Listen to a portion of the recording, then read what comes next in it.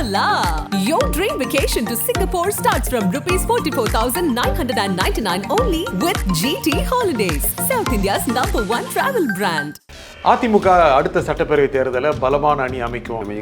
இல்லாட்டி அமையறதுக்கான வாய்ப்புகள் ரொம்ப கம்மி. இவங்களே பலவீனமாக இருந்தால் இவங்களை நம்பி யார் வருவாங்க? நீங்கள் முதலிடத்தோட கூட்டணி முதல்ல ஓபிஎஸோடையும் டிடிவியோடையும் சசிகலாவோடையும் அமைங்க அப்படின்னு சொல்கிறீங்க. சவுத்தில் வந்து 9 தொகுதியில் 5 தொகுதியில் டெபாசிட் இழந்திருக்கீங்க. ஆக்சுவலாக அதை உண்மையை உணரணும்ல. உண்மையை கசக்க தான் செய்யும். சரி, பாமக வரும்னு நினைக்கிறீங்களா? பாமகவுக்கு வந்து இப்போ ஒரு கிரைசிஸ் வந்திருக்கு. அவங்களுக்கு என்னென்னா வந்து அவங்களுடைய ஓட்டு வந்து அந்த மத்திய மண்டலத்தில் பொறுத்த மட்டும் ஓரளவுக்கு போன பார்லிமெண்ட் எலெக்ஷனில் வந்து அதிமுக அந்த ஓட்டுக்கள்லாம் நிறைய வாங்கிட்டாங்க. இப்போ இந்த வாட்டி பார்த்தீங்கன்னா அந்த விக்கிரவாண்டி எலெக்ஷன்ஸில் பெரும்பாலான அதிமுக ஓட்டு வந்து பாமகவுக்கும் போகல. திமுகவுக்கு போச்சு, பாமகவுக்கு கொஞ்சம் தான் போச்சு. சீமானுக்கு போகவே இல்லைன்றது வேறு விஷயம். இருக்கிற கட்சிகள்லேயே எதிர்கட்சிகள்லேயே ஓரளவுக்கு அதிகமான ஓட்டு வச்சிருக்கிறது அதிமுக தான். அதில் நம்ம இல்லைன்னு சொல்ல முடியாது. ஆனால் அதிமுக பாஜக பாமக தேமுதிக ஒரே கூட்டணியில் வரும். அடிச்சு சொல்றாரு எடப்பாடி இல்லை அப்படின்னு. இல்லை, அவர் சொல்லுவார் சார். அவர் 1008 சொல்லுவார். நேரடியாக எடப்பாடி சீமானோட அணி அமைச்சிடலாம் அப்படிங்கிற முடிவுக்கு வருவார். அண்ணாமலை சீனில் தமிழ்நாடு பாஜகவில் அண்ணாமலை இல்லை, அவர் எங்கேயோ படிக்க போயிட்டாரு, இல்லை வேற எங்கேயோ போயிட்டாரு வச்சுக்கோங்க. அடுத்தது நீங்கள் என்ன நடக்குதுன்னு பாருங்கள். நிச்சயமாக நீங்கள் பாஜகவும் அதிமுகவும் அடுத்த கட்டமாக நெருக்கமாக வருவாங்கிறதுக்கான வாய்ப்புகள் அதிகமாக இருக்குது. அதிமுக இப்போ இருக்க நிலைமையில பாஜகவோட போகிறதுக்கு தயாராக இல்லை.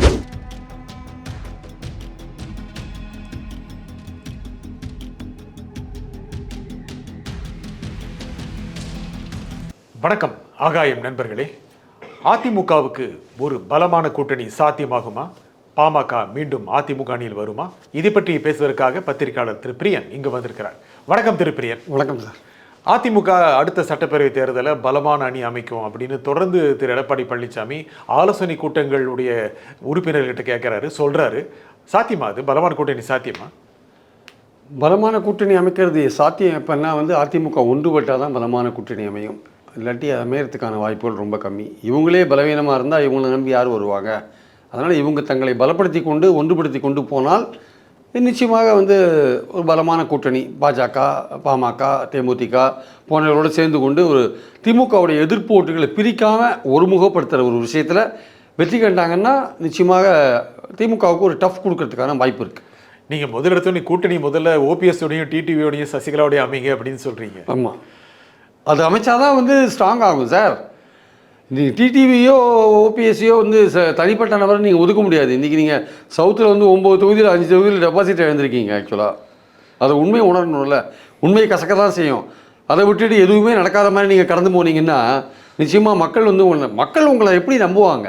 அன்லஸ் நீங்கள் ஒன்றுபட்டால் தான் உங்களை மக்கள் நம்புவாங்க. நீங்கள் தனிப்பட்ட முறையில் நீங்கள் என்ன அறிக்கை வேணால் எத்தனை அறிக்கை வேணால் கொடுங்க, டெய்லி ஏதோ மீட்டிங் போடுங்க, பீப்புள் வில் நாட் பிலீவ். எல்லோரும் நீங்கள் ஒன்று சேர்ந்தீங்கன்னா அதிமுக வலிமை பெற்றிருக்குன்னு நினைப்பாங்க. அது ஆகாத வரையும் உங்களை நம்பி யாரும் கூட்டணி வைக்க மாட்டாங்க. போன வாட்டி ஏன் பாமக அவங்க கூட வரல, போயிட்டாங்க தனியாக. என்ன ரீசன்? நீங்கள் வலிமையாக இல்லை, அதனால் போயிட்டாங்க. அவ்வளோதான் விஷயம். வேற ஒன்றும் இல்லை. தொகுதி பேரம்படியில் இடங்கள் சரியாக இல்லை, எத்தனை கொடுக்கணும் தொகுதி பேரம்படியில் அல்லது வேறு பல விஷயங்கள்லாம் கூட இருக்கலாம் சார். பட் ஆனால் உங்கள் கூட கூட்டணி அமைக்கிறதுக்கு விரும்பல இல்லை.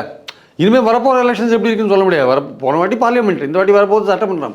அதில் நிலைமை கூட மாறலாம். ஆனால் அன்லஸ் நீங்கள் ஒன்றா இல்லாட்டி வலிமையான கூட்டணி நீங்கள் அமைக்க முடியாது. முக்கியமாக உங்கள் தலைமையில் தமிழ்நாட்டோட இருதுருவ பாலிடிக்ஸில் திமுகவுக்கு எதிராக அதிமுக வந்து வலிமையாக இருக்கணும்னா அது ஒன்றுபடணும் முதல்ல. சரி, அப்போனா அதிமுக நீங்கள் சொன்ன மாதிரி அடுத்த சட்டப்பேரவை தேர்தலில் கடந்த மக்களவைத் தேர்தலில் வாங்கின வாக்கு சதவீதத்தை விட குறைந்தபட்சம் ஒரு 5% சட்டப்பேரவை தேர்தல்னால் வாங்கக்கூடிய வாய்ப்பு இருக்குது இல்லையா? ஒரு 25-26 வரைக்கும் போக வாய்ப்பு இருக்குது. அது வலிமையாக இருந்தால் போக வாய்ப்பு. சரி, பாமக வரும்னு நினைக்கிறீங்களா? பாஜக அணியில் தான் இருக்கிறது சரி அல்லது பாமகவுக்கு வந்து இப்போ ஒரு கிரைசிஸ் வந்திருக்கு. அவங்களுக்கு என்னென்னா வந்து அவங்களுடைய ஓட்டு வந்து அந்த மத்திய மண்டலத்தில் பொறுத்த மட்டும் ஓரளவுக்கு போன பார்லிமெண்ட் எலெக்ஷனில் வந்து அதிமுக அந்த ஓட்டுக்கள்லாம் நிறைய வாங்கிட்டாங்க. இப்போ இந்த வாட்டி பார்த்தீங்கன்னா அந்த விக்கிரவாண்டி எலெக்ஷன்ஸில் பெரும்பாலான அதிமுக ஓட்டு வந்து பாமகவுக்கும் போகல. திமுகவுக்கு போச்சு, பாமகவுக்கு கொஞ்சம் தான் போச்சு. சீமானுக்கு போகவே இல்லைன்றது வேறு விஷயம். அப்படிலாம் இருக்கும்போது வன்னியர்களுடைய ஓட்டு வந்து ஒரு டிபெண்டபிளாக வந்து பாமகவுக்கு இல்லை. அதனால் அவங்களுக்கு வந்து ஒரு அதிமுகவுடைய இது தேவையாக இருக்குது, அவங்களுக்கு அந்த இது வெற்றி பெறத்துக்கு. ஆனால் என்ன பிரச்சனைன்னா அது மாதிரி சேர்ந்து நிற்கும்பொழுது பாமகவோட ஓட்டு அதிமுகவுக்கு டிரான்ஸ்ஃபர் ஆகிறது நடக்குது. அதிமுகவுடைய ஓட்டு பாமகவுக்கு ட்ரான்ஸ்ஃபர் ஆக மாட்டேங்குது. அதுதான் பிரச்சனை. இப்போ போன 21 எலெக்ஷன்லேயே பார்த்தீங்கன்னா பாமக வின் பண்ண 5 தொகுதிகளில் பார்த்தீங்கன்னா தருமபுரி 2, சேலம் 2, அப்புறம் விழுப்புரம்ல 1 தான். மயிலாம இங்கே ஒரு தொகுதியில் வின் பண்ணியிருக்காங்க. ஸோ இது வந்து விழுப்புரம்லாம் அவங்களுடைய கோர் ஏரியா சார். அந்த இடத்துல ஒரு தொகுதி கூட அவங்க எம்எல்ஏ எலெக்ஷனில் ஒரு தொகுதி தான் வின் பண்ணியிருக்காங்க. கிட்டத்தட்ட வந்து வட மத்திய மண்டலத்தில் வந்து கிட்டத்தட்ட 85, 80, 90 தொகுதிகள் இருக்குது. அதில் வந்து அதிமுகவோட கூட்டணியில் இருந்து கூட நீங்கள் ஒரு தொகுதி தான் வெற்றி பெற்றீங்க. அப்போது உங்களுக்கு வந்து ஏதோ ஒரு ஓட்டு ட்ரான்ஸ்ஃபர் ஆக மாட்டேங்குது. அதிமுகவோட ஓட்டு உங்களுக்கு ட்ரான்ஸ்ஃபர் ஆக மாட்டேங்குது. ஸோ அந்த மாதிரியான ஓட் ட்ரான்ஸ்ஃபர் நடந்தால் தான் கூட பாமகவுக்கு இதாக இருக்கும். ஆனால் வரப்போகிற அசம்பிளி எலெக்ஷனில் அது எப்படி நடக்கும்னு சொல்ல முடியாது. அவங்க ட்ரை பண்ணி பார்ப்பாங்க. ஏன்னா திமுகவுக்கு எதிரான ஓட்டை ஒன்றுபடுத்தணும்னு இவங்களாம் ஒன்றுபட வேண்டிய அவசியம் இருக்குது. அதனால் வந்து ஓட் ட்ரான்ஸ்ஃபர் ஆகுதோ இல்லையோ இருக்கிறதுல இப்போ இருக்கிற கட்சிகள்லேயே எதிர்கட்சிகள்லேயே ஓரளவுக்கு அதிகமான ஓட்டு வச்சுருக்கிறது அதிமுக தான். அதில் நம்ம இல்லைன்னு சொல்ல முடியாது. ஆனால் அவங்க இன்னும் வந்து ஒன்றுபட்டாங்கன்னா வலிமைப்பட்டு இன்னும் அதிகமான ஓட் பர்சன்டேஜ் வாங்க முடியும். அப்படி வாங்கும்பொழுது இந்த கட்சிகளுக்கெல்லாம் இந்த அதிமுக பின்னாடி போய் ஒரு அலையன்ஸ் அமைக்கிறதுன்றது அவங்களுக்கு கொஞ்சம் ஹெல்ப்ஃபுல்லாக கூட இருக்கலாம்.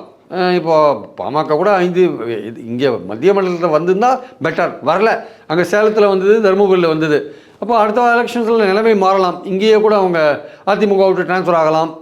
இல்லை பாமக விட்டு இன்னும் கொஞ்சம் பாமகவுக்கு வன்னியர்கள் கொஞ்சம் நம்பி ஓட்டு போடலாம். பல விஷயங்கள் இருக்குது. இல்லை தேமுதிக அதில் வந்து வச்சுக்கோங்க. இன்னும் கொஞ்சம் பட்டியலினத்தோர் ஓட்டெலாம் பாமகவோ அதிமுகவோ அந்த கூட்டணியில் இருந்தால் வாங்கிறதுக்கான வாய்ப்புகள் இருக்குது. ஸோ அதனால் பாஜக இருந்ததுன்னா இன்னும் கொஞ்சம் மத்திய மண்டலத்தில் இருக்கிற சவுத்தில் கொஞ்சம் அட்வான்டேஜாக இருக்கும். இப்போ சவுத்தில் வந்து நீங்கள் ரொம்ப குறைஞ்சி போனதுக்கு காரணம், கோயம்புத்தூரில் குறைஞ்சி போனதுக்கு காரணம்லாம் பாஜக பார்லிமெண்ட்டில் குறைஞ்சி போனதுக்கு காரணம் பாஜக அவங்க கூட இல்லை. பாஜக ஒரு கணிசமான ஓட்டை அந்த பகுதியில் வச்சுருக்காங்கன்றது உண்மை. ஸோ அதனால் நீங்கள் சட்டசபை தேர்தல் வரும்பொழுது நீங்கள் திமுகவுக்கு மாற்று நான் தான் அப்படின்னு நீங்கள் சொல்லியிருந்தா கூட நீங்கள் அன்லஸ் ஒன்றுபட்டு வலிமையாக இல்லாத இருக்கிற பட்சத்தில் உங்களை நம்பி யாரும் ஓட்டு போட மாட்டான். முக்கியமாக அடுத்த சட்டப்பேரவை தேர்தலில் யாரோட வாக்கு யாருக்கு போகும், பாமக அல்லது அதிமுக சொல்ல முடியாதுன்னு சொல்கிறீங்க. ஆனால் பாமகவுக்கு அதிமுக அணியில் இருக்கிறது நல்லதா இல்லை பாஜக அணியில் இருக்கிறது நல்லதா, எப்படி டிசைட் பண்ணுவாங்க? இவங்க எல்லாருமே ஒன்றாயிடுவாங்க தான் என்னோட அபிப்பிராயம். யார்? பாமக, பாஜக, அதிமுக எல்லாமே ஒன்றா தான் கூட்டணி, ஒரே கூட்டணி அமைப்பாங்கன்னு தான் நான் நினைக்கிறேன். அதிமுக, பாஜக, பாமக, தேமுதிக ஒரே கூட்டணியில் வரும். அடிச்சு சொல்கிறார் எடப்பாடி இல்லை அப்படின்னு. இல்லை, அவர் சொல்லுவார் சார், அவர் 1008 சொல்லுவார். பட் அவர் இன்னும் அவர் எக்ஸாக்டாக வந்து பாஜகலேருந்து அவர் முற்றிலும் வெளியில் வந்துட்டாரான்னு தெரியாது. ஏன் அவ்வளோ சந்தேகப்படுறீங்க? இல்லை, அவங்களுக்குள்ள வந்து அவங்களுக்கு பல விஷயங்கள் இருக்குது சார். பாஜகவோட அவங்களுக்கு பயம் நிறையா இருக்குது. இடி, சிபிஐ போன்ற விஷயங்கள்லாம் இருக்குது. அதனால் பயப்படுறாங்க அவங்க. ஏன்னா நிறைய போன்ற ஆட்சியில் வந்து அவங்க நிறையா விஷயங்கள் இருக்குது. இந்த டிவிஎஸ்சி நிறைய எஃப்ஐஆர் போட்டு வச்சுருக்காங்க. அதுலேருந்து என்ஃபோர்ஸ்மெண்ட் என்றைக்கு வேணால் எடுத்து கேஸெல்லாம் டீல் பண்ணலாம். அதனால் வந்து அவங்களுக்கு கொஞ்சம் பயமாக இருக்கே தவிர மற்றபடி வந்து பேசுகிறாங்க. அவங்க இது கடுமையாக எங்கேயாவது கண்டிக்கிறாங்களா பாஜகவை? எந்த இடத்துலையாவது கடுமையாக கண்டிக்கிறாங்க? என்ன காரணம்? ஈவன் இல்லை அதாவது என்ன காரணம்னா அது பாஜகவை நம்ம ஒரேடியாக நம்ம கண்டுக்க வேண்டாம். ரொம்ப ரொம்ப இது அவங்களுக்கு அண்ணாமலை தான் சார் ப்ராப்ளம். அவர் அண்ணாமலை சீனில் இல்லாட்டி வச்சுக்கோங்க, அடுத்த கட்டம் நீங்கள் பாருங்கள் என்ன நடக்குதுன்ட்டு. அண்ணாமலை சீனில் தமிழ்நாடு பாஜகவில் அண்ணாமலை இல்லை, அவர் எங்கேயோ படிக்க போயிட்டார், இல்லை வேறு எங்கேயோ போயிட்டார் வச்சுக்கோங்க. அடுத்தது நீங்கள் என்ன நடக்குதுன்னு பாருங்கள். நிச்சயமாக நீங்கள் பாஜகவும் அதிமுகவும் அடுத்த கட்டமாக நெருக்கமாக வருவாங்கிறதுக்கான வாய்ப்புகள் அதிகமாக இருக்குது. இந்த மக்கள் நம்புவாங்கன்னு நினைக்கிறீங்களா? மக்களை பொறுத்த மட்டும் இப்போ திமுகவுக்கு எதிரான ஓட்டுகள் நீங்கள் 2-3 அணியாக பிரிஞ்சுன்னா பிரியுது இல்லை. அது பிரியும் போது அது பிரியாத இருக்கிறதுக்கு ஒரு அணியாக சார் கூட்டணின்றது என்ன சார்? இது கொள்கை அடிப்படையில் எந்த அணியும் அமையறதில்லை. உங்கள் ஓட்டு எனக்கு கிடைக்குதா, என் ஓட்டு உங்களுக்கு கிடைக்குதா, நம்மளாம் சேர்ந்து நம்ம வின் பண்ண முடியுமான்றதான் கூட்டணி ஆக்சுவலாக. அப்போ நம்ம 2 அணியாக 3 அணியாக பிரிஞ்சுன்னா ஓட்டு பிரியும் போது நம்மளும் தோற்றுறோம், எதிர்க்க வின் பண்ணிட்டு போகிறாங்க. அதனால் நம்ம ஒன்றா சேர்ந்தால் நம்ம வந்து திமுகவுடைய எதிர்ப்பு ஓட்டுகளை ஒருமுகப்படுத்த முடியும், அதில் வின் பண்ண முடியும்னு ஒரு எண்ணம் இருக்குது. 21 தோத்தாங்கன்னா 21 வந்து ஓரளவுக்கு அதாவது ஒரு 75 சீட் அவங்க வந்தாங்கன்றது உண்மை. ஆனால் அதில் வந்து பெரும்பான்மை கோயம்புத்தூர் வட்டாரத்தில் தான் வந்தாங்க. கோவை வட்டாரத்தில் 45 சீட் வந்தாங்க. ஸோ அந்த மாதிரி இருக்கும்போது பாஜகவோட இந்த வாட்டி எல்லாமே அதே மாதிரியான ஒரு கூட்டணி இருந்து வச்சுக்கோங்களேன். உங்களுக்கு கோயம்புத்தூர்லேயோ இல்லை கோவை கொங்கு மண்டலத்துலையோ இல்லை சவுத்துலேயோ ஓரளவுக்கு வந்து ஒரு ஓட்டுகள் வாங்குறதுக்கான வாய்ப்புகள் இருக்குது. ஆனால் ஏன்னா 5 வருஷம் திமுக ஆட்சி மேலே ஒரு ஆன்டி இன்குபன்சி இருக்குல்ல, அதை நீங்கள் கேஷ் பண்ணி ஆகணும். எப்படியும் ஒரு ஆட்சிக்கு ஆன்டி இன்குபன்சி இருக்கும். அதையும் மீறி திமுக தன்னுடைய கூட்டணி பலத்தில் ஸ்ட்ராங்காக இருக்குன்றது உண்மை. திமுகவே ஸ்ட்ராங்காக இருக்குது, கூட்டணி பலத்தில் ஸ்ட்ராங்காக இருக்குது. அவங்களுடைய திட்டங்கள்லாம் விமனுக்கு போகிறது, விமன் நிறைய ஓட்டு போடுறாங்க, அதெல்லாம் ஒரு பக்கம் அவங்களுக்கு அட்வான்டேஜ் இருக்குது. எதிர்ப்பு ஓட்டுகள் அதே ஆன்டி இன்குமென்சி இருக்குல்ல. இப்போ கொலை, சட்டம் ஒழுங்கு பிரச்சனை, அது இது கள்ளச்சாராயம், எவ்வளோ பிரச்சனைகள் ஓடிட்டு இருக்கு. மக்களுக்கு, ஆசிரியர்களுக்கு பிரச்சனை, அரசு ஊழியர்களுக்கு பிரச்சனை, பல பிரச்சனைகள் போகும். இன்னும் 18 மாதத்தில் வேறு பல பிரச்சனைகள் கூட வரும். அப்போ ஏதோ ஒரு வகையில் ஒரு அதிருப்தி இருக்கும் இல்லையா? அந்த அதிருப்தியை நீங்கள் கேஷ் பண்ணுறது இருக்குல்ல, ஓட்டாக மாற்றுறது இருக்குல்ல, அதுக்கு நீங்கள் ஒன்றா இருக்க வேண்டிய அவசியம் இருக்குது. அதனால் அப்போ அதிமுகவும் ஒன்றுபட்டு அவங்க நல்ல ஒரு கூட்டணி அமைச்சிட்டாங்கன்னா திமுகவுக்கு டஃப் கொடுத்துருவாங்க. அதிமுகவுக்கு நீங்க சொல்ற மாதிரி பாஜக, பாமக வந்தால், தேமுதிக இங்க வந்தால், ஓபிஎஸ் அப்புறம் இந்த மாதிரி ஜான் பாண்டியன், கிருஷ்ணசாமி எல்லாருமே ஓபிஎஸ் டிவிலாம் தேவையில்லையே. இல்லை ஓபிஎஸ் டிவிலாம் அதிமுக இருக்கணும். இருந்தால் தான் சவுத்தில் ஓரளவுக்கு ஒர்க் அவுட் ஆகும், இல்லாட்டி ஒர்க் அவுட் ஆகாது. இப்போ ஏன் சார் இவங்களுக்கு ரெட்டையிலேயே ஒரு பெரிய செல்வாக்கு இருந்தால் எதுக்கு ஓபிஎஸ் பின்னாடி போகணும்? நான் வாங்கியிருக்கலாம், ஓபிஎஸ்க்கு மேலே ஓட்டு வாங்கியிருக்கலாமே, ஏன் வாங்கலை? ஓபிஎஸ் தனி மனிதன்னு சொல்கிறீங்க, அப்போ நீங்கள் அவருக்கு மேலே ஓட்டு வாங்கல, பின்னாடி ஏன் போனீங்க? சரி, டிடிவிக்கு ஒரு செல்வாக்கு இல்லைன்றீங்க, ஏன் அவருக்கு பின்னாடி போனீங்க? அவருக்கு மேலே ஓட்டு வாங்கியிருக்கலாம்ல. கோவையன் கோட்டை அப்படின்றீங்க, கொங்கு மண்டலம், அங்கே அண்ணாமலைக்கு பின்னாடி போனீங்க. பாயிண்ட் என்னன்னா, நீங்கள் 2 பேர் சேர்ந்தா அதோட விஷயம் வேற. அதனால சேர வேண்டிய கட்டாயம் இருக்குது. இவங்கெல்லாம் கூட சேர்ந்து இவங்கெல்லாம் வந்தாங்கன்னா ஒரு டஃப் ஃபைட்டு கொடுத்துருவாங்க. ஆனால் பாமகவுக்கு பெட்டர் எது, ஏடிஎம்கேயா பிஜேபியா? அதாவது இதில் வந்து ஏடிஎம்கேவோட போய் பிஜேபியை தனியாக விடுறது அப்படின்றதுலாம் நான் இந்த கட்சிகளுக்கெல்லாமே பெனிஃபிட் என்னென்னா, நான் தனியாக கூட பார்க்கல. இந்த கட்சிகளுக்கெல்லாம் பெனிஃபிட் என்னென்னா, திமுக எதிர்ப்பு ஓட்டுகளை கலெக்ட் பண்ணுங்க, ஒன்றா கலெக்ட் பண்ணுங்க, அதுதான் இவங்களுக்கெல்லாம் பெனிஃபிட்டு. நீங்கள் வந்து பாமக அதிமுகவோட போகிறதுனால பெனிஃபிட்டா, பாமக பாஜகவோட போகிறதுனால பெனிஃபிட்டா அப்படி பார்க்கக்கூடாது. நீங்கள் அதிமுகவோட போனீங்கன்னா பாஜக தனியாக வேற ஒரு அணியாக வைப்பாங்க. அப்போ ஏற்கனவே விஜய் வந்தாருன்னா 3வது அணியாக போயிடும், சீமான் ஒருத்தர் இருந்தாருன்னா 4வது அணியாக போயிடும். அப்போ திமுகவுக்கு ஒரு பிரச்சனையும் இல்லை. அவங்க ஓட்டு 1000 ஓட்டை வந்து ஆளுக்கு 250 பிரிச்சுட்டாங்கன்னா அவங்க 1200 ஓட்டு வாங்கி வின் பண்ணிட்டு போயிட்டே இருப்பாங்க. ஆனால் அதிமுக இப்போ இருக்கிற நிலைமையில பாஜகவோட போகிறதுக்கு தயாராக இல்லை. அதிமுக இப்போ இருக்கிற நிலைமை தேர்தல் சார் 2019 தேர்தலுக்கு 10 நாள் 20 நாள் முன்னாடி வரையும் பாமக வந்து அதிமுகவோட சேரணும் நம்ம எதிர்பார்த்தோமா? சேர்ந்தாங்கல்ல. எளியும் மூலியமாக இருந்தவங்க எப்படி சேர்ந்தாங்க? யாரோட சேருவாங்க எலெக்ஷனில், அதெல்லாம் வந்து சொல்ல முடியாது sir. Anything may happen. Even இப்போ அதிமுகவே என்ன நினைப்பாங்க, நம்மளே ஒரு புதிய கூட்டணி அமைக்கலாமா, காங்கிரஸோ விடுதலை சிறுத்தைகளோ நம்ம கூட வந்துருவாங்களா அப்படிலாம் கூட நினைப்பாங்களா? வாய்ப்பு இருக்குன்னு நினைக்கிறீங்களா? காங்கிரஸ் விடுதலை வாய்ப்பு இல்லை, இன்னைக்கு வரையும் இல்லை. இது இன்னைக்கு இந்த நிமிஷம் நம்ம பேசுற வரையும் ஒன்றும் கிடையாது. ஆனால் காங்கிரஸ் சில தலைவர்கள் அந்த மாதிரியான ஒரு எண்ணங்களை கொண்டவர்கள் அப்படின்னு ஒரு எண்ணம் அவங்களுக்கு என்னன்னா, காங்கிரஸுக்கு வந்து திமுக பயமுறுத்தி அதிகமாக சீட்டு வாங்கணும்ல, அதனால இந்த மாதிரியான ஒரு விஷயத்தை தூக்கி போட்டுட்டு இருக்காங்க.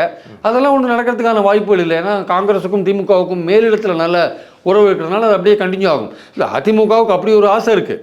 அவங்க வந்து பாஜகவோடையோ இல்லை பாமகவோடையோ தேமுதிகவோடையோ கூட்டணி அமைக்கிறது ஒரு பக்கம் இருந்தால் கூட இந்த மாதிரி ஏதாவது ஒரு கூட்டணி மாற்றம் ஏதாவது வந்தால் நல்லாயிருக்கும். ஏன்னா உங்களுக்கு வந்து காங்கிரஸோடு நீங்கள் அமைக்கிறதுன்றது வந்து பாசிட்டிவான ஒரு விஷயம். பாஜகவோட பாமகவோட கூட்டணி அமைக்கிறது வந்து கொஞ்சம் நெகட்டிவான விஷயம். பாமகவோட நீங்கள் ஒரு கூட்டணி அமைக்கிறீங்க வச்சுக்கோங்க, நெகட்டிவாக பட்டியலினத்த ஒரு ஓட்டு உங்களுக்கு வராது இல்லையா? அது வராது. நீங்கள் பாஜகவோட கூட்டணி அமைக்கிறீங்க வச்சுக்கோங்க, சிறுபான்மை ஒரு ஓட்டு உங்களுக்கு வராது.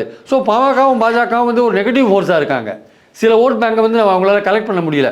ஒற்றுமையாக இருந்தாங்கன்னா ஹிந்து கன்சாலிடேஷனில் ஏதாவது பண்ணலாமே தவிர, பட் சில செக்டாரோட ஓட்டு வந்து வரமாட்டேங்குது. இப்போ நீங்கள் வந்து இவரை புதிய தமிழ் கிருஷ்ணசாமியோ ஜான் பாண்டியனும் சேர்த்துட்டிங்கன்னா முக்கலத்தோட ஓட்டு உங்களுக்கு வராது. ஸோ சில பேரை சேர்த்தா சில ஓட்டு வரும். பட் காங்கிரஸ் அப்படி இல்லை. காங்கிரஸை சேர்த்தா உங்களுக்கு பட்டியலினத்தோர் ஓட்டு வரும், அதாவது மைனாரிட்டி ஓட்டு வரும், அப்புறம் மற்ற வன்னியர்கள் எல்லாருமே ஓட்டு போடுவாங்க. Congress is not a negative force. ஆனால் விடுதலை சிறுத்தைகளுக்கு ஒரு நெகட்டிவ் இருக்குது. அவங்க இப்போ வன்னியர்கள் ஓட்டு போட மாட்டாங்க விடுதலை சிறுத்தைகள் அவங்க கூட இருந்தால். ஆனால் பட்டியலினத்தோர் வந்து வன்னியர்களோட அதிகமான எண்ணிக்கையில் இருக்கிறதுனால அந்த ஓட்டு அவங்களுக்கு பெனிஃபிட் ஆகுது ஆக்சுவலாக. ஸோ நீங்கள் நம்பர் ஆஃப் நெகட்டிவ் பார்ட்டிஸ் அதிகமாக இருந்ததுன்னா உங்களுடைய வாய்ப்புகள் குறைஞ்சிட்டே போகும். அப்போ நீங்கள் வேறு வழி இல்லை. ஆனால் தமிழ்நாடு பாலிடிக்ஸில் அதனால தான் வந்து காங்கிரஸ் வருமானு எடப்பாடி ஏன் காத்துட்ருக்காருன்னா, காங்கிரஸுக்கு நெகட்டிவ் ஓட்டு கிடையாது. அதனால் ரெண்டாவது தமிழ்நாட்டை பொறுத்த மட்டும் இங்கே ஆன்டி பிஜேபி ஆன்டி மோடி ஒரு சைஸபிள் ஓட் பேங்க் இருக்குது. அதை அப்படியே திமுக கலெக்ட் பண்ணுறாங்க. திமுக அணி அதை கலெக்ட் பண்ணுறாங்க. அதில் வந்து இவங்க தனியாக வந்து கூட இவங்களால் ஒன்றும் பண்ண முடியல. யாரால்? அதிமுகவால் ஒன்றும் பண்ண முடியல. ஏன்னா அதுக்கேற்ற பாலிடிக்ஸ் இவங்க எடுக்கலை ஆக்சுவலாக.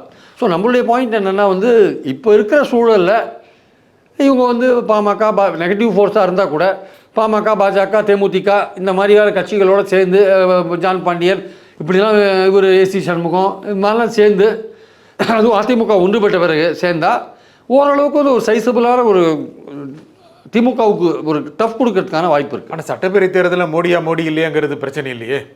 ஸ்டாலினா எடப்பாடியா இருந்தானே பிரச்சனை. இங்கே பிரச்சனை வந்து யார் வந்து ஸ்டாலினுக்கு நேர் எதிராக தலைவராக இருக்காங்கன்ற பிரச்சனை அப்படி யாருமே இல்லையே. இங்கே ஸ்டாலினுக்கு நேர் எதிராக யாரை நீங்கள் தலைவராக சொல்வீங்க? ஸ்டாலின் வந்து தன்னை நிரூபிச்சிட்டார் சார். 2 பார்லிமெண்ட் எலெக்ஷனில் வின் பண்ணிட்டார். அதுவும் 40, ஒரு இடத்துல 39, இன்னொரு இடத்துல 40, ஒரு அசம்பிளி எலெக்ஷன் வின் பண்ணிட்டார். நடக்கிற எல்லா பஞ்சாயத்து ஊரக தேர்தல் எல்லாத்தையும் வின் பண்ணிட்டார். நீங்கள் அது மாதிரி ப்ரூவ் பண்ணிருக்கீங்களா எடப்பாடி? நீங்கள் அசம்பிளியில் தலைவராக இருக்கலாம், நம்பர் ஆஃப் எம்எல்ஏஸை வச்சு உங்களை எடுத்துருக்காங்க. ஆனால் வெதர் ரியலி நீங்கள் செல்வாக்கு மிக்க ஒரு தலைவராக இருக்கீங்களா? அது இருக்கிற மாதிரி தெரியல. ஸ்டாலினுக்கு மாற்றாக நீங்கள் வந்துட்டீங்களா? தெரியல. நீங்கள் ஒரு தலைவர்னு சொல்லுவீங்க, இன்னொரு தலைவர் சொல்லுவார். அண்ணாமலை வந்து அவர் நான் தான் மாற்றுன்னு சொல்லுவார். வேறு ஒருத்தர் சொல்லுவார். ஜி.கே. வாசன் கூட இப்போ வந்துட்டார், வர நானும் ஒரு மாற்றுன்னு சொல்கிற அளவுக்கு வந்துடுவார் போல் இருக்குது. நிலைமை அந்த மாதிரி போயிட்டுருக்கு. அதனால் வந்து ஸ்டாலினுக்கு மாற்று இல்லை. ஸ்டாலின் கவர்மெண்ட் மேலே பிரச்சனைகள் நிறைய பிரச்சனைகள்லாம் இருக்குது. ஆனால் அதே சமயம் பல நல்ல விஷயங்கள் அவர் பண்ணினதுனால அவருக்கு ஆதரவு, அந்த கூட்டணியை சரியாக மெயின்டைன் பண்ணுறதுனால அவருக்கான ஆதரவு நல்லா இருக்குன்றதான் இப்போ இன்றைக்கி இருக்கிற நிலைமையாக இருக்குது. ஆனால் அன்புமணி ராமதாஸுக்கும் ஒரு முதலமைச்சர் கனவு இருக்குல்ல, அது எப்போ? அன்புமணியை மறந்துட்டேன். அவரும் வந்து தன்னை வந்து ஒரு பெரிய ஒரு ஸ்டாலினுக்கு மாற்றாக தான் நினச்சிட்டு இருக்கார். ஸோ இந்த மாதிரி பல பேர் ஸ்டாலினுக்கு மாற்றாக நினச்சிட்டு இருக்காங்க. ஸோ இவங்கெல்லாம் வந்து ஒன்று சேரணும். எப்படி இப்போ வந்து ஆல் இண்டியா லெவலில் மோடிக்கு எதிராக இந்தியா கூட்டணி அமையுதோ அந்த மாதிரி தான் வச்சுக்கோங்களேன்.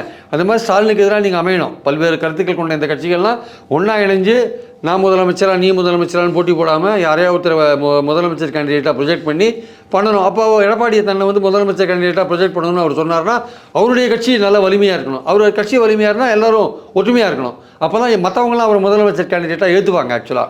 ஸோ இந்த மாதிரி விஷயங்கள்லாம் இருக்கிறதுனால முதல்ல அதிமுக ஒன்றுபடுத்தட்டும். அதுக்கப்புறம் வந்து பாமக, பாஜக, தேமுதிக அந்த கூட்டணிகள்லாம் தானாகவே அமையும் இருக்காங்க. ஆனால் அன்புமணி ராமதாஸுக்கும் குறைந்தபட்சம் ஒரு துணை முதலமைச்சர் அளவுக்கு, ஒரு கூட்டணி ஆட்சியில் துணை முதலமைச்சர் அளவுக்கான அதிகாரமாவது கிடைக்கணும் அப்படிங்கிற எண்ணம் இருக்கும் பொழுது அவர் எந்த நோக்கி போவார்? கூட்டணி அமைக்கிறதா, இல்லை பாஜக தனியாக அவரோட அணி அமைச்சா அடுத்த தேர்தலிலாவது அந்த அளவுக்கான எமர்ஜ் ஆக முடியும்? எப்படி அதிமுகவோட போய் எடப்பாடியை முதலமைச்சராகணும் அப்படிங்கிறதுக்காக பாடுபடுவார்? இல்லை, எடப்பாடியை அவரோட ரேஞ்சு துணை முதலமைச்சர் அப்படின்னா எடப்பாடிகிட்டே துணை முதலமைச்சராக இருக்கலாமே அவர் கூட்டணியை வச்சு. அவர் பாஜகவோட போயிட்டு பாஜக இங்கே ஆட்சிக்கு வரதுக்கான வாய்ப்புகள் தமிழ்நாட்டில் கண்டிப்பாக கிடையாது சார். நிச்சயமாக 26 கிடையாது. அதனால் பாஜகவோட போய் என்ன பிரயோஜனம்? இது நடக்க போகிறது மாநில தேர்தலில் பாஜகவுடைய ரெலவன்ஸ் ரொம்ப கம்மியாக தான் இருக்கும். அப்போ நீங்கள் ஒரு மாநில கட்சியாக இருக்கீங்க, உங்களுக்கு இங்கே அதிக இடங்கள் வாங்கணும் பொழுது இன்னொரு மாநில கட்சியான அதிமுகவோட நீங்கள் சேர்றது தான் பெட்டராக இருக்கும். பாஜக இருந்தால் கூடுதல் அட்வான்டேஜ், அது வேறு விஷயம். ஆனால் மாநில கட்சியோட நீங்கள் மாநில கட்சியின் தலைமையில் ஒரு கூட்டணி அமைச்சிங்கன்னா பெட்டராக இருக்கும். தேமுதிக, பாமக, அதிமுக அல்லது ஜான் பாண்டியன் போன்ற பல்லவா, ஜி.கே. வாசன் எல்லாரையும் சேர்த்துட்டு நீங்கள் ஒரு கூட்டணி அமைச்சிங்கன்னா அது பெட்டராக இருக்கும். பாஜக தலைமையில் அமைகிற கூட்டணியோட ஒரு மாநில கட்சியோட தலைமையில் அமைகிற கூட்டணி தான் வந்து அசம்பிளி எலெக்ஷனில் ஒர்க் அவுட் ஆகும். இல்லை, நேரடியாக எடப்பாடி சீமானோட அணி அமைச்சிடலாம் அப்படிங்கிற முடிவுக்கு வருவார். நிச்சயமாக எடப்பாடி சீமானும் அணி அமைக்கிறதுக்கான அந்த கூட்டணி அமைக்கிறதுக்கான வாய்ப்புகள் ரொம்ப கம்மி, ரொம்ப குறைவு, ஒன்றுமே இல்லைன்னு கூட சொல்லலாம். ஆக்சுவலாக இவங்க அதிமுக அதுக்கு ட்ரை பண்ணுறாங்க. பட் ஆனால் இவர் சீமான் அதுக்கு வந்து உடன்படுவார்னு எனக்கு தோணலை. ஏன்னா அவர் எடப்பாடிக்கு ஜூனியராக ஏன் சார் இருக்கணும்? அவர் தனியாகவே போராடி 8% ஓட்டு வரையும் வந்திருக்காரு. அவர் இப்போ போய் அவருக்கு கூட போய் சேர்ந்து அவரை வந்து முதலமைச்சர் ஆக்கிறதுக்கு இவர் தன்னை முதலமைச்சர் கேண்டிடேட்டாக சொல்லிட்டு பிரச்சாரத்தில் ஈடுபட்டு எங்கள் கட்சி தனித்துவமான ஒரு கட்சின்னு போயின்னு இருக்கிறவர் எதுக்கு எடப்பாடியை முதலமைச்சர் ஆக்கிறதுக்கு இவர் ஏன் பிரச்சாரம் பண்ணணும்? எப்போ 30% வருவார்? இல்லை, அவர் விஜயோட சேரலாம் இல்லையா? விஜயோட சேர்ந்தால் அவர் வந்து அவருக்கான வாய்ப்புகள் கொஞ்சம் பிரகாசமாக இருக்கலாம். விஜய் சேருவாரா இல்லைன்றது இன்னும் கொஞ்ச நாள் தெரியும் வச்சுக்கோங்க. விஜயோட சேர்றதை அவர் ப்ரிஃபர் பண்ணுவார். ஏன்னா அது அதிமுகலாம் வந்து ஒரு ஏற்கனவே இருக்கிற கட்சி, பல ஊழல்கள், பல அவங்களுடைய செயல்பாடுகள்லாம் மக்களால் கவனிக்கப்பட்டு அந்த கட்சி பலவிதமான விமர்சனங்களுக்கு உள்ளான ஒரு கட்சியாக இருக்கிறதுனால நீங்கள் வந்து அதில் கூட சேரும்போது உங்களுக்கு அது நெகட்டிவாக தான் போகும் பல இடங்களில். அதனால் அவர் சேர வேண்டிய கட்டாயம் கிடையாது. ஆக்சுவலாக அது தேவையும் இல்லைன்னு என்னோடய கருத்து. அவரும் அந்த மாதிரி ஐடியாவில் இருக்கிற மாதிரி தெரியல. அதிமுகவில் இருக்கிறவங்களுக்கு ஏதோ ஒரு ஐடியா இருக்குது போல் இருக்குது. ஆனால் அவர் வந்து அந்த ஐடியாவில் இருக்கிற மாதிரி எனக்கு அவருடைய நடவடிக்கைகளை பார்க்கும்போது அப்படி தான் தெரியுது. ஸோ அப்படிலாம் இருக்கும்போது அவர் விஜயோடு சேர்ந்தால் அதில் ஏதாவது அவருக்கு ஆதாயங்கள் வரலாம். விஜய் ஒரு புது ஃபோர்ஸாக இருக்கார், அவருக்கு என்ன ஓட் பேங்க் இருக்குதுன்னு தெரியாது. இருந்தாலும் ஏதாவது ஒரு 20-30 எம்எல்ஏக்கள் பெறுவதற்கான வாய்ப்புகள் இருக்குது ஆக்சுவலாக. அதனால் அதிமுகவோட சீமானுக்கு வந்து அது பெட்டர். ஆனால் எடப்பாடியை பொறுத்த வரைக்கும் ஒரு பெரிய அணி அமைக்கணும் அப்படின்னா ஒரு தொலைவில் பாஜக அணியில் ஓபிஎஸ்ஓ டிடிவியோ தொலைவில் அது கூட்டணியோடைய ஒரு பங்குதாரராக இருந்து விட்டு போகட்டும், அந்த அளவுக்கான சமரசத்துக்காவது வருவாரா? அது ஏதோ ஒரு வகையில் வரணும் சார். ஏதோ ஒரு வகையில் வந்தால் தான் அந்த சவுத் சைடில் இருக்கிற ஓட்டெல்லாம் வந்து அதை கவர் பண்ண முடியும். இன்னும் வந்து அவங்களாம் தனிப்பட்ட மனிதர்கள்னு சொல்லிட்டு நீங்கள் காலத்தை தள்ள முடியாது. அதனால் நீங்கள் ஏன்னா இந்த பார்லிமெண்ட் எலெக்ஷனே ப்ரூவ் பண்ணிடுது உங்களோட ஓட் பேங்க் என்னன்ட்டு. அதனால் நீங்கள் வந்து இம்மீடியட்டாக வந்து எல்லோரையும் ஒன்றுபடுத்த வேண்டிய கட்டாயம் இருக்குது. அதனால தான் இன்றைக்கி என்னவோ ஜெயக்குமார்கிட்ட வந்து அந்த ஒற்றுமையை பற்றி கேட்டபோது அவர் பதிலே சொல்லாத போயிட்டார். இதுவரையும் வந்து அதெல்லாம் கிடையாது, யாரையும் சேர்க்க மாட்டோம் அது இதுன்னு சொல்லியிருந்தார்.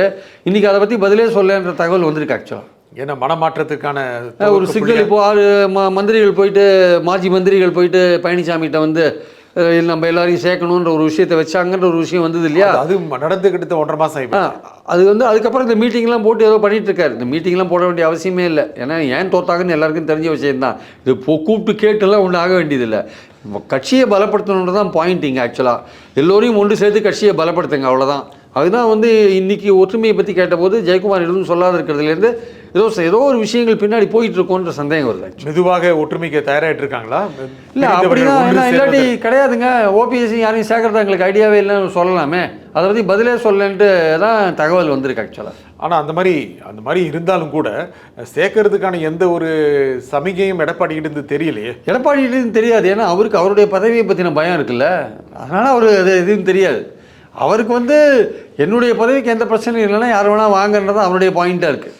அந்த பாயிண்டில் தான் வந்து நெகோசியேஷன் போயிட்டுருக்குன்னு நினைக்கிறேன். எனக்கு எந்த பிரச்சனையும் வரக்கூடாது, என்னை முதல்வர் கேண்டிடேட்டாக ப்ரொஜெக்ட் பண்ணணும், நீங்கள் யார் வேணால் வந்து சேர்ந்துக்கோங்க அப்படின்ற அந்த ஆஸ்பெக்டில் தான் பேச்சுவார்த்தை போயிட்டுருக்கு. அது வந்து இல்லைங்க கூட்டு தலைமையை வச்சுக்கலாம், நம்ம 26 வரையும் கூட்டு தலைமையில் போகலாம், இல்லை ஒரு வழிகாட்டுதல் குழு போடலாம், உயர்மட்ட குழு போடலாம் அப்படின்ற ஒரு எண்ணம் இருக்குது. அதுக்கு இவர் ஒத்துக்க மாட்டேங்கிறார். அந்த பேச்சுவார்த்தை இன்னும் போயிட்டுருக்கு. ஆக்சுவலாக இந்த பேச்சுவார்த்தை போயிட்டுருக்குங்கிறீங்களா? போயிட்டுருக்கு. அதனால தான் இன்றைக்கி ஜெயக்குமார் பதில் சொல்ல போயிட்டுருக்கு. அப்படின்னா எடப்பாடி இறங்கி வரான்னு இறங்கி வரல. இதுவரையும் அவரை ப்ரெஷர் வார்த்தை போயிட்டுருக்குன்னாவே இறங்கி வர அவரை ப்ரெஷர் பண்ணுறாங்க. இது முடியட்டும், அவற்ற விஷயத்த சொல்லிட்டாங்க, இந்த கூட்டம்லாம் முடியட்டும், இந்த கலந்து ஆலோசனையெல்லாம் முடியட்டும், நம்ம பேசலாம்னு சொல்லியிருக்காரு. வெயிட் பண்ணிட்டு இருக்காங்க. பேசலாம் சொல்லியிருக்காருங்கிறீங்களா? ஆமாம், எடப்பாடி பேசுவார். ஆமாம், இதை பற்றி நம்ம தொடர்ந்து பேசலாம். இப்போ எந்த அளவில் வச்சிருக்காருன்னா, ஓபிஎஸோட கூட இருந்த யார் வேணால் வரலாம், சசிகலா கூட இருந்த யார் வேணால் வரலாம், தினகரன் கூட இருக்கிற யார் வேணால் வரலாம், இவங்க மட்டும் வரக்கூடாது அப்படின்ற லெவலில் தான் இறங்கி வந்திருக்கார். அடுத்தது இவங்களையும் சேர்த்துட்டா எப்படி ஒரு மேல் மட்ட லெவலில் என்ன மாற்றங்கள் கொண்டு வரணுன்ற விஷயம் இருக்குல்ல. இப்போ கோர்ட்லேயே என்னாச்சு, நீங்கள் பொதுச் செயலாளராக எப்படி போட்டீங்க பொதுச் செயலாளர்னு ஒரு கேள்வி கேட்குறாங்க. நாளைக்கே ஓபிஎஸ் தரப்பு அங்கே போயிட்டு இவர் வந்து இடைக்காலத்தில் வந்து இந்த சுப்ரீம் கோர்ட் கேஸே என்ன ஆக்சுவலாக நாங்கள் வந்து பொதுக்குழுவோட தேர்வை ஒத்துக்கிறோம், அவங்க டிசைட் பண்ணுற அத்தாரிட்டி அவங்க தான், அவங்கள தேர்ந்தெடுத்துருக்காங்க, அவங்கள வெளில அமைச்சிருக்காங்க. ஆனால் இது எல்லாமே சப்ஜெக்ட் டு கீழ்கோர்ட்டில் ஒரிஜினல் பெட்டிஷன் பெண்டிங்காக இருக்குல்ல, அதோட முடிவு தெரியணும். அப்படின்னா அப்போது உயர்நீதிமன்றத்தில் அன்றைக்கி ஜட்ஜி கேட்டார், எப்படிங்க நீங்கள் இணை ஒருங்கிணைப்பாளர் நீங்கள் எப்படி பொதுச் செயலாளர்னு மனு தாக்கல் பண்ணுறீங்க அப்படின்னோடனே, இல்லைங்க தவறாக பண்ணிட்டோங்கன்னு எடப்பாடி தரப்பில் சொல்கிறாங்க. நாளைக்கே இன்னொரு மனு ஓபிஎஸ் தரப்பில் தாக்கல் பண்ணி, இது ஏற்கனவே சுப்ரீம் கோர்ட் வந்து கீழ்கோர்ட்டில் கேஸ் முடிகிற வரையும் வந்து பொதுச் செயலாளர் தேர்வு வந்து அது ஃபைனல் ஆகாது அப்படின்னு சொல்லியிருக்காங்க. அப்போ இந்த கேஸ் முடிகிற வரையும் அவரை வந்து நீங்கள் பொதுச் செயலாளராக வைக்கக்கூடாது, அவர் அது மாதிரி போட்டுக்கூடாது, அதை நீங்கள் தடைப்படணும்னு ஒரு ஃப்ரெஷ் அப்ளிகேஷனோட போனாங்கன்னா, இது ஒருங்கிணைப்பாளர் இணை ஒருங்கிணைப்பாளர்ன்ற லெவலில் தான் இந்த விஷயத்தை டீல் பண்ணணும்.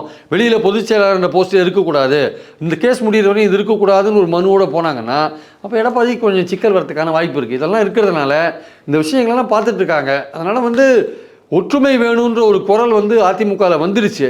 அது எடப்பாடி வந்து அவருடைய தன் பதவியை வந்து எப்படி காப்பாற்றிக்கிறது, தன் பதவிக்கு எப்படி ஆபத்து இல்லாமல் பார்த்துக்கிறது என்ற அந்த ஒரு கொஸ்டினுக்கு பதில் கிடைக்காதனால தான் தள்ளி போயிட்டுருக்கு. இந்த நிகழ்ச்சியில் உங்கள் கருத்துக்கள் குறிப்பிட்ட திரு பிரியன் மிக்க நன்றி. தேங்க்யூ. மீண்டும் ஒரு நிகழ்ச்சியை சந்திப்போம். நன்றி, வணக்கம். Hola! Your dream vacation to Malaysia starts from rupees 24,999 only with GT Holidays, South India's #1 travel brand.